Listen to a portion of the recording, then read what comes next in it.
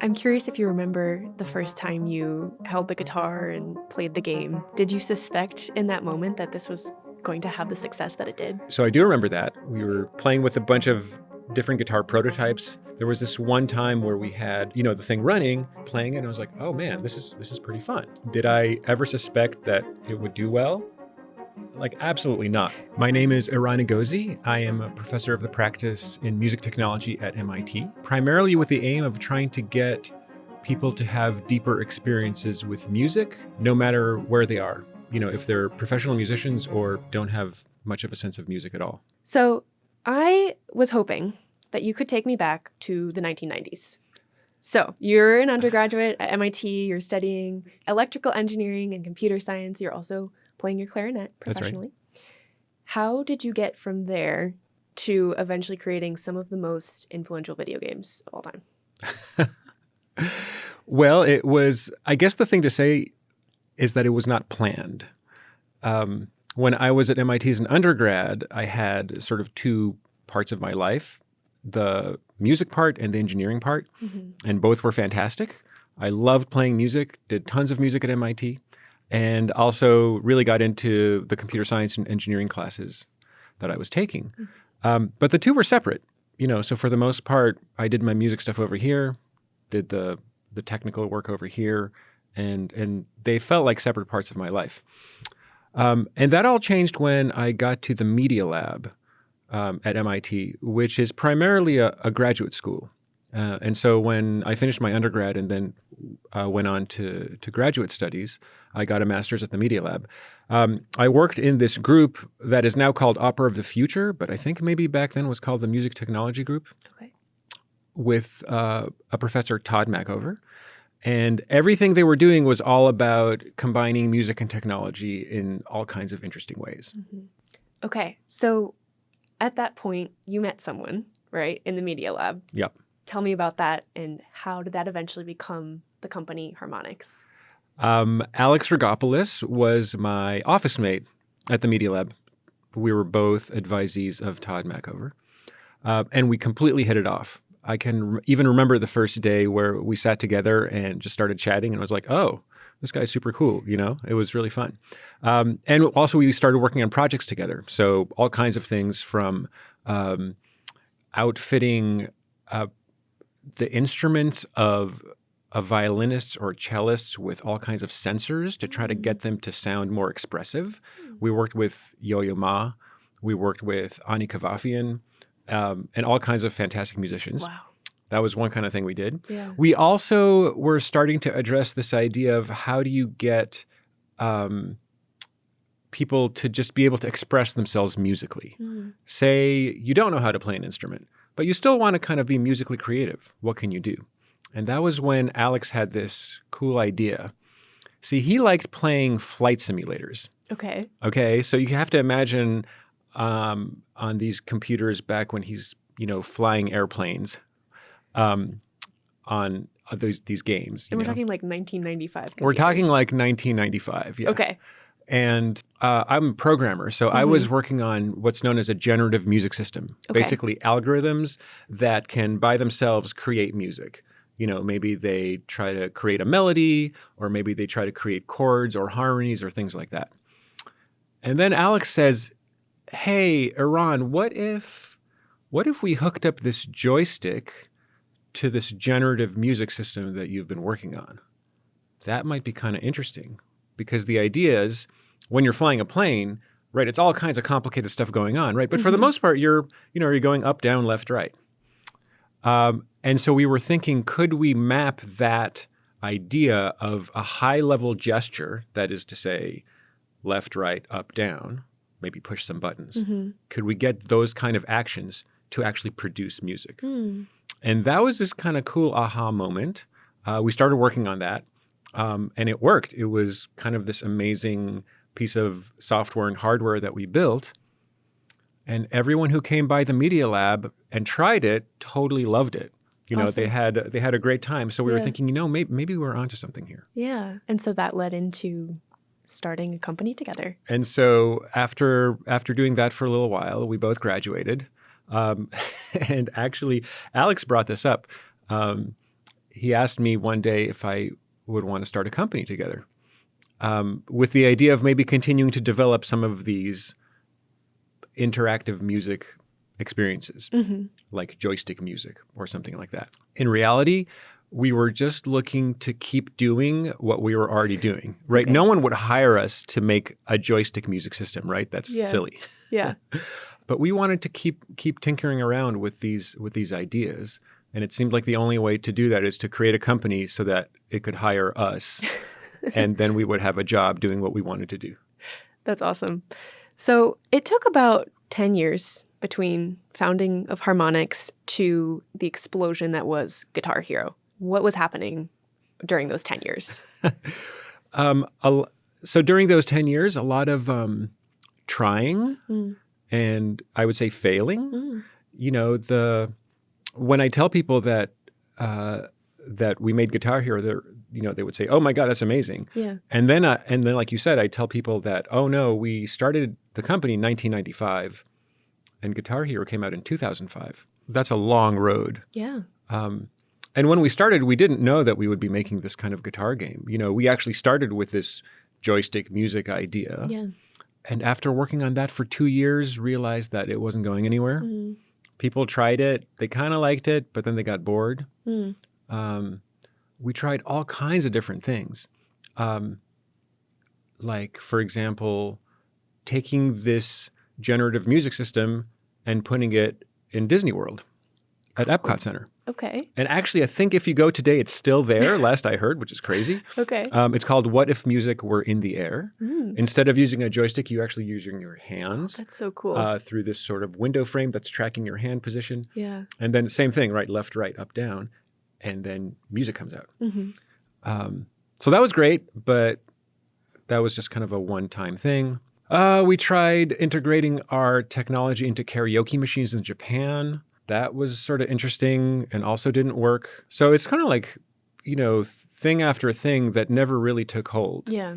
And then we noticed something, which is actually when we were in Japan, there were lines coming out of the door of arcade machines in Japan.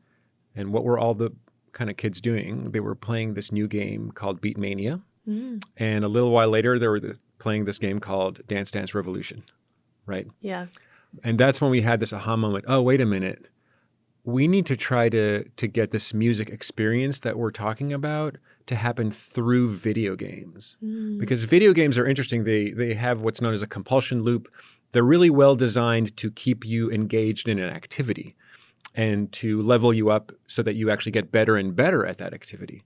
And so we were thinking, maybe that's the way to do this. Just to be clear, when you and Alex started Harmonix, it was not meant to be a video game company. Oh, that's right. Yeah, but it eventually became a video game company. It became a video game company after some time. So, but right, that was not the original idea. Yeah. So I'm curious how you guys came to the realization that video games would be this really good way to intersect science and technology with making music accessible.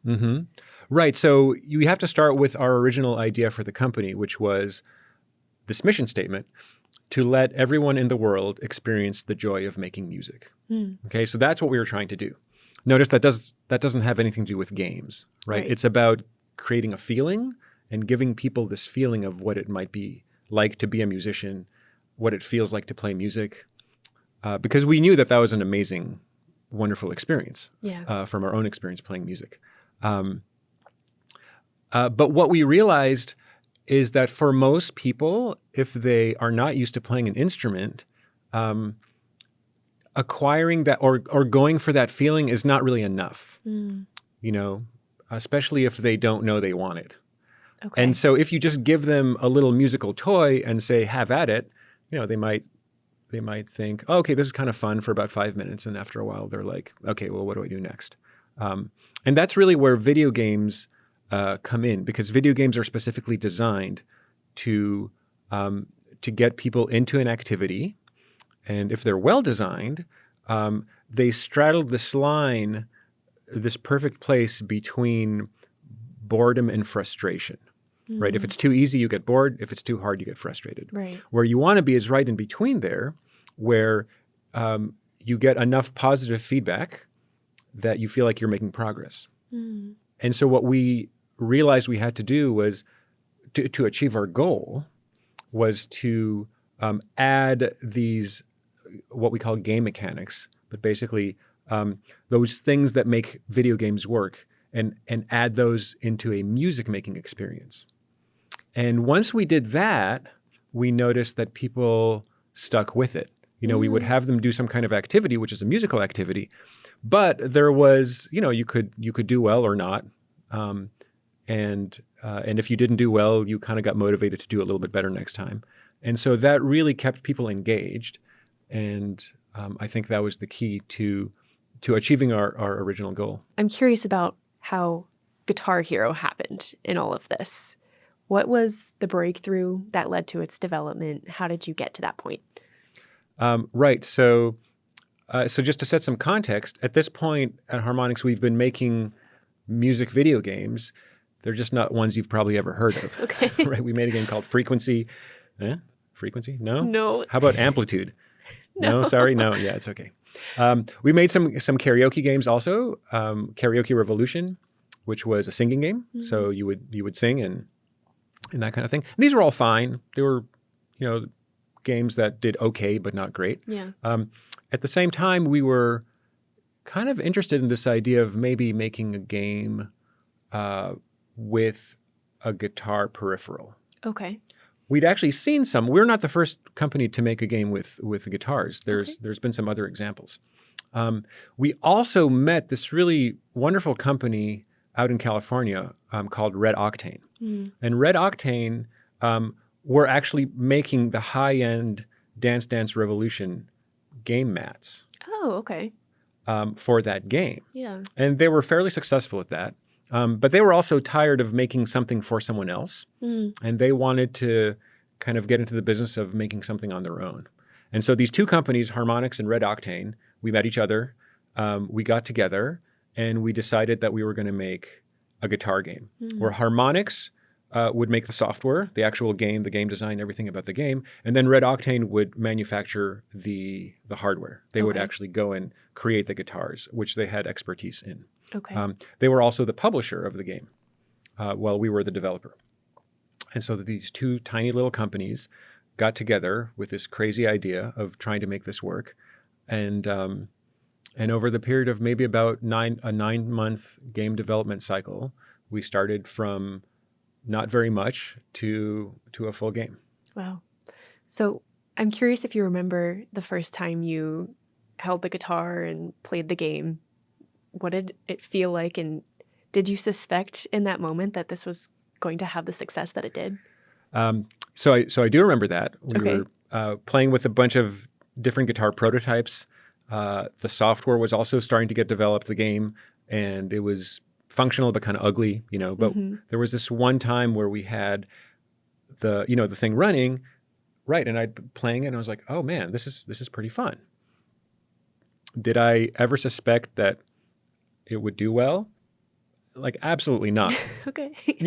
We made all kinds of games. All of them were fun. Yeah. And this was another kind of game. So like, okay, we should totally give this a shot. But we were kind of worried too, because expecting consumers to pay extra money for basically just a big hunk of plastic that looks like a guitar, we thought maybe that would be asking a bit much. There were all kinds of other reasons why we thought this might not work. For example, this is the time where anytime you wanted to buy a game, you had to go to the store, right? Mm-hmm. There was no Amazon yet. There was, and where are retailers going to keep these boxes? Yeah. These gigantic boxes with a big guitar in it, whereas normally games are kind of these little packages. Right. So there was a bunch of things that we were worried about. RedOctane secured a demo space with Best Buy. Mm. Okay, so Best Buy agreed to stock the game. Okay. And not only that, they also agreed to give us some space on the floor so people could try it. Ah, okay. And I think that was the key. I see. Because what ended up happening was there were lines out of Best Buy as people were trying out this crazy new game. Yeah. And people were just having a blast. Yeah. And I think that sort of being able to see what it's like before you buy it, I think that was a really key part of making that happen. So I'm curious about what it was like for you watching this game succeed so incredibly. What did it feel like? Right. Yeah, it felt really strange, very surreal. I mean, and wonderful too.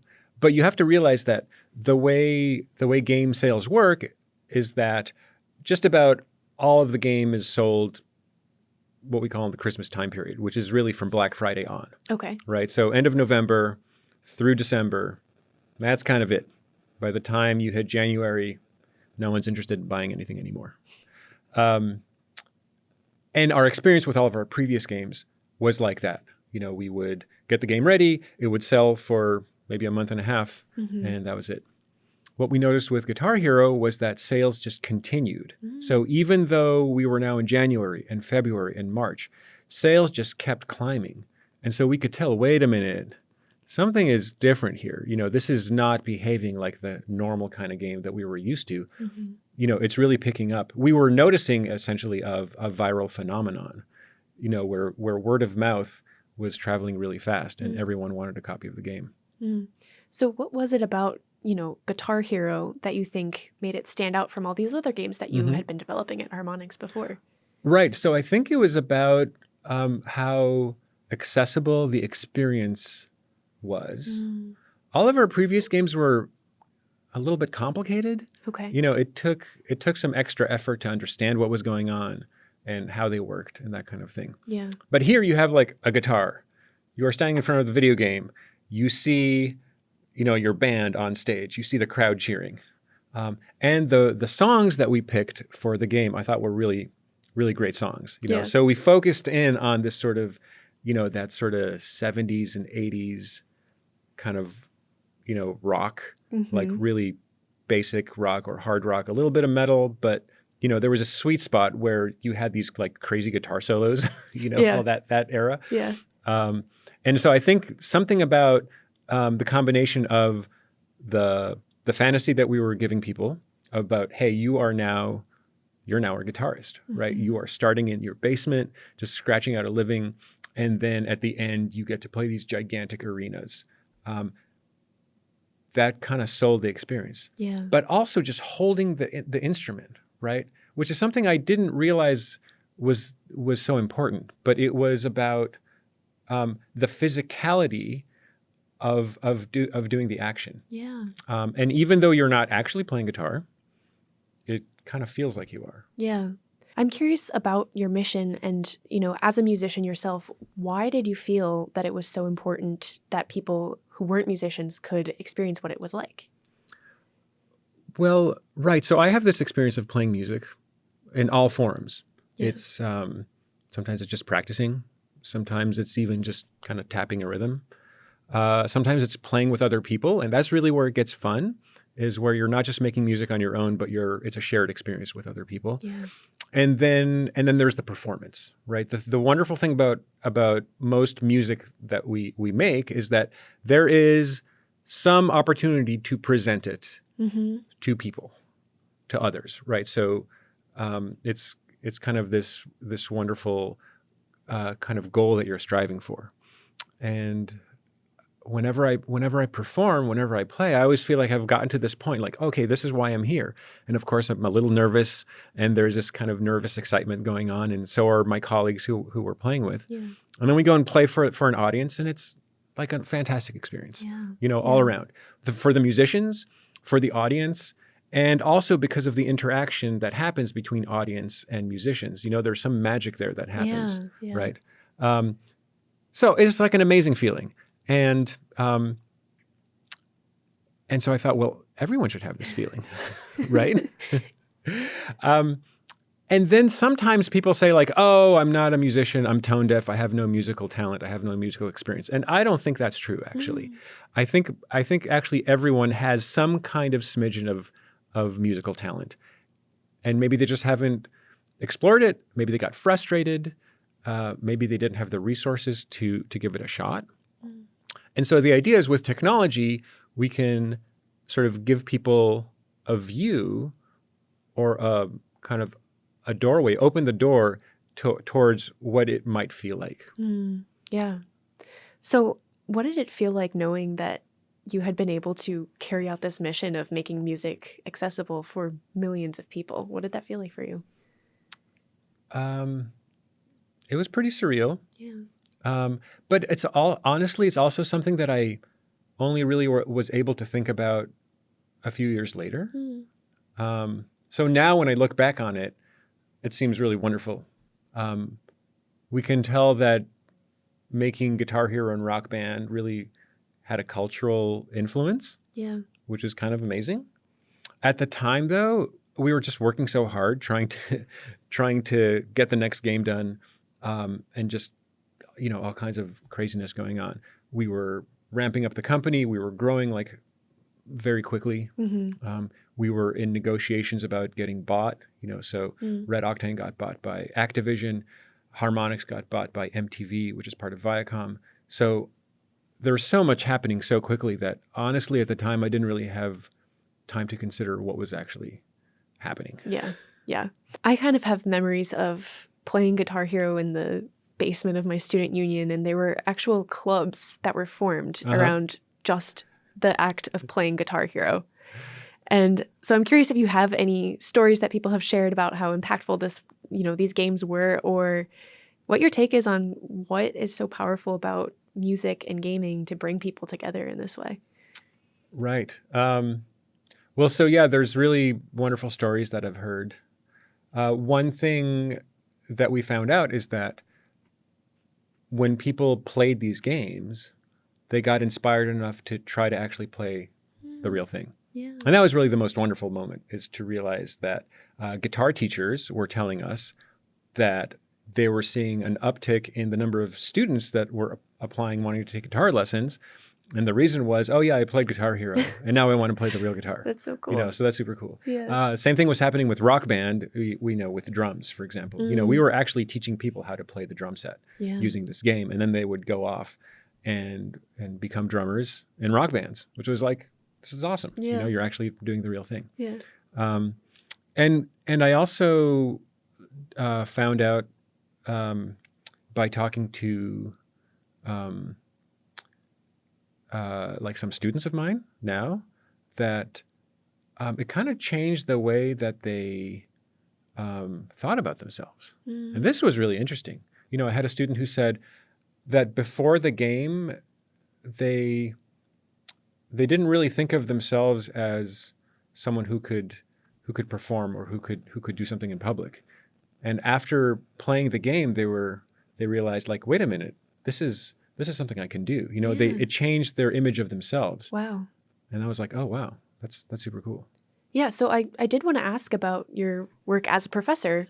What has it been like being able to teach the classes at MIT that maybe you wish you'd had when you were an undergrad? One of the classes I teach is called Interactive Music Systems. Okay. Kind of sounds like Harmonix Music Systems, the full name of the company. And this is the first class I taught at MIT as a professor. It was also a class that I had to invent on my own because it didn't exist before. And it was really a class about taking all the lessons that I learned in making music, making interactive music, interface design, things like that, and packaging up into a class so that students who would take it kind of would have the experience, or maybe learn something from the experience that I had at Harmonix. And I still teach it today. It's been 10 years now. And the reception's been really positive. I really get a lot of wonderful comments from students saying that they really love the class and they feel like they progressed every week by learning a new skill in terms of how you should think about computers making music. What is interactive music? How should you create systems that are approachable? Yeah. That are inviting. That draw people in some way and get them interested, so that they can learn more about music, or about how music works, or maybe just fun video games about making music. So you're still working to use science and technology to make music accessible, but on the complete opposite end of the musical spectrum from rock, you're doing some research with classical music and That's right. making classical music accessible. Yeah. Tell me about some of that work.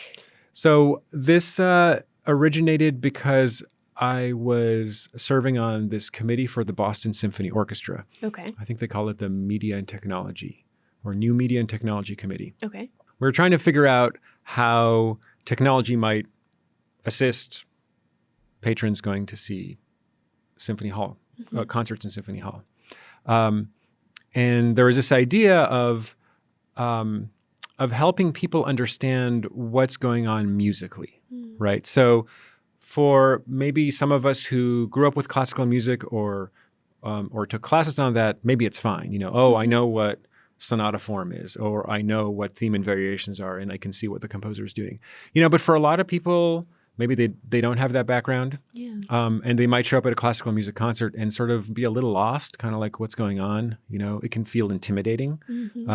You have a program book and it's just filled with all these words and, it's a lot of it sounds like mumbo jumbo. So we had this idea of actually using your phones to deliver information just in time to give you a little hint about what you should be listening for at the moment that it's happening. So if you can imagine, and this is a little sort of controversial, right? Because you're not supposed to use cell phones in classical music setting, right? So I'm a bit of a contrarian, so I'm like, well, actually, let's do that anyway. Okay. And so we have people, of course, silence their phones and all that. And then they take the phone out and they see a timeline of the piece that they're about to listen to. And the timeline kind of marches on slowly. And while that's happening, there's these moments where a little message appears, or maybe a photo appears, or maybe a little bit of the musical score, the notation, and you can kind of see what's happening. You don't even have to read music to be able to see like, oh, I see the line goes up and down. And the idea is to balance the content so that it's not too much, right? You want to say a little bit of what's happening. For example, the French horn now takes over the melody. That's it. Okay. And exactly when that message pops up on your phone, in fact, that's when the French horn takes over the melody. So I'm like, oh, okay, that's what I should listen to now. Or it might be, you're listening to a Debussy piece, maybe Debussy Nocturnes, and you're kind of wondering where this came from. And it turns out that Debussy was inspired by a painter, and here's the painting. So you get to get a little glimpse of that. And it's an impressionistic painting, and kind of things seem a little blurry, and the music is also kind of, washy and very textury, and so the idea is to have these moments where you can, have something to hang on to, and that helps you actually listen to what's going on in the music and have a better experience and enjoy it and get drawn more deeply into the music. Yeah, that's awesome. So it just feels like a really wonderful example of how you're using science and technology to intersect with music, and the general effect being this classical music, which can feel so esoteric, is more accessible to people. Yes, exactly. Yeah. And that's the idea. That's what we were trying to do with Harmonix, right? To get people closer to music for that kind of music. And now, let's try to see what we can do in different kinds of music. By the way, the app is called Concert Queue. Concert Queue. Okay. Yeah. So if there's a concert that we support it, then the audience members go to concertqueue.com and then they can get this content. And this is already being used. If I were to go to the Boston Symphony Orchestra tomorrow, I could use this?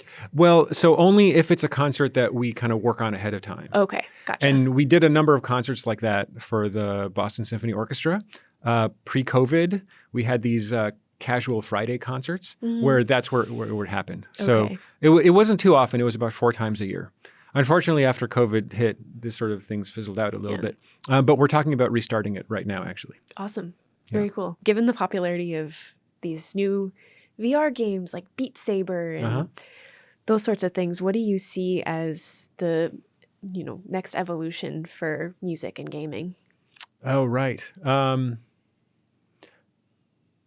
So I mean, the games Guitar Hero and Rock Band themselves are a bit in the past. Yeah. What's super cool to see is that there's still a lot of this kind of stuff going on. There's a lot of different kinds of rhythm games that people still participate in. Like Clone Hero is really big. There's various other games like that. And then you mentioned VR, which is really interesting. And I'm not really sure how that's going to pan out. Okay. So I'm not necessarily thinking that, the next wave is definitely VR music. Yeah. It can be for some people. I think it can be kind of an interesting experience. But VR is kind of weird. Yeah. Like, have you ever done VR? I have. Yeah. It's it works for some people. Some people get a little dizzy. Yeah. I get a little dizzy when I try it. I kind of don't really like that direction because I think it's isolating. Even though inside VR, maybe you can see other people in VR and that kind of thing. But what I really want is a bunch of people in the same room experiencing music together. Yeah. And if you go back to sort of what we were doing with Rock Band, where now it's not just one person, it's a whole group of people, we saw that as a reason for families to hang out again, right? So you had, like mom and dad playing and then their kid on drums and then grandma's singing. Yeah, Like you actually had these great situations. And I'm sort of hoping that we find more of that kind of thing. And I think technology can certainly help in all kinds of ways. You never know where technology is going to take you. Yeah. You kind of invent it and you have certain use cases for it, and it usually has a mind of its own and kind of ends up going in different directions. So it's really hard to predict like what's going to happen with VR, what's going to happen with generative AI, and these kind of technologies. But the hope is that at least in some sense, we find a way to use these technologies that brings us together again. Yeah. I was curious to hear your take on generative AI in music making, especially given that your early work was looking at using, generative music. That's right. making. Yeah, that's right. And you could even say that some of our earlier work was AI, if you want to call it that. It wasn't really machine learning, but it was AI in the sense of an expert computer system that knew how to kind of generate music. Yeah. Where we are today with generative AI is in a bit of a weird spot. It's super interesting because we're just at the cusp of seeing what's possible. And you've probably played around with some of these generative systems where you type some text and then you get some music. And at first glance, that seems really cool. Like, whoa, I didn't know you could do that. But I don't think that's the system that's going to last. Yeah. I think that specifically with music, describing music by text is kind of a weird thing to do, right? Like, how many of us are really good at describing with a lot of precision by typing what it feels like to listen to a piece of music or to describe a piece of music, right? Yeah. Like maybe music critics are good at that. Yeah. Right. I'm not that good at I'm that. not either. Right. So, so if you're like, oh, okay, I want a piece of music that, that has a strong drum beat and has an Afro-Latin feel, but I want the saxophones to be more subdued. I don't know. It's like, it's fine. But Yeah. So I think where we'll be a little while from now is where the interesting generative AI is really a set of tools that help people create music in more musical ways and more specific ways. The way that you might want to compose a new piece of music is you might say like, oh, well, I kind of like that song over there. I kind of like how the bass sounds over there, and I kind of like, the vocal style here. Yeah. And I also want this melody that I'm going to just sing right now. Like it should go like do da do do da da da. Maybe you want to do that. And so I think those are the ways that you're going to use to interact with machines that will help you make music. Okay. It has to be a little bit more like actually people make music. If you have a Yeah. studio, right, and a bunch of musicians and they're creating a new song, right, they have ideas of what they want. They talk about what they want, but they mostly play what they want. They give Yeah. examples. Oh, how about this kind of thing? Do-da-da-da-da, right? Yeah. So I think we're going to end up more in this kind of area. Okay. Early on, you were deciding whether to go pursue music professionally at a conservatory or to pursue engineering at MIT. Yeah, And ultimately, you went with engineering at MIT. that's right. But you were able to sort of combine the two later on. So Right. what was that decision like? And what do you think students can take away from that decision and how your career eventually turned out? Oh, right. Yeah. So Right. So in high school, it was definitely a tough decision. What do I do? Do I do this or that? I got into MIT, and in some sense, like if you get into MIT, you should probably go to MIT. It's sort of one of those rare, crazy life opportunities. But actually, what ended up happening, and I didn't know this would happen, was that MIT itself actually has a great music program. So in some sense, I was kind of getting both. And even though they were kind of separate tracks, I was really getting a nice music education while also getting a great engineering education. Yeah. But something else happened when I was at MIT, which is I was doing research, and a lot of MIT undergrads end up participating in a research project of some kind or another. And I was working on, I think it was large-scale interconnected networks of computer chips, something like that. Okay. And I kind of felt like that's what I had to do, because those were the courses that I was taking, and this was the professor that I met, and I was working on that. And at some point, I think I was like a junior, and I sort of had this feeling that it was hard to even express, but it felt like this wasn't quite the right thing. And I don't know why I felt that, but it kind of felt not quite right. So, and I was worried. In fact, I was kind of nervous about that. Oh, like what's happening here? I'm supposed to like this, but I don't think I like it. And so I went to that professor, my advisor, and I told him, I don't know, maybe this is not my thing. And I was terrified because, here you're an undergrad, you're talking to a professor saying that the area that you've just been doing, maybe that's not your thing. Yeah. And he said, oh, okay, well then you should find something that you like. You shouldn't like spend time here with something that you're not into. And it was, first of all, it was a huge relief. But he also said, you should go to the Media Lab. There's a guy there named Michael Hawley. He knew, my professor knew that I was into music as well. Yeah. He said, go to the Media Lab. There's a guy there named Michael Hawley who is working on computers and music at the same time. See what he has to say. I said, okay. And that's why I ended up there. And that's why I ended up being a grad student there. And that sort of started this whole thing. So you were really able to combine your two interests in a unique way. But I guess my point is that, and this is kind of like the advice to students who are kind of wondering about career path, is that I had the sneaking suspicion that what I was pursuing wasn't quite the right thing. Yeah. And that can be a scary feeling. And something caused me to go and face it and actually talk to my professor about it. Yeah. And I think that was the best thing I'd ever done. And also, it turns out he was wonderful. And, which I now, of course, I know I would give the same advice to anyone who came and asked me, Yeah.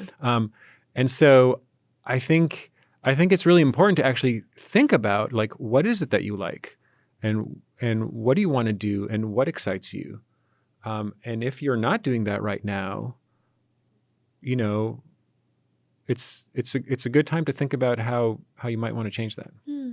Well, thank you so much. This was really, really great. And I really enjoyed talking to you, and your story is so cool. So thank you thanks. very, very much. It was great being here. Yeah. Thank you, Eva.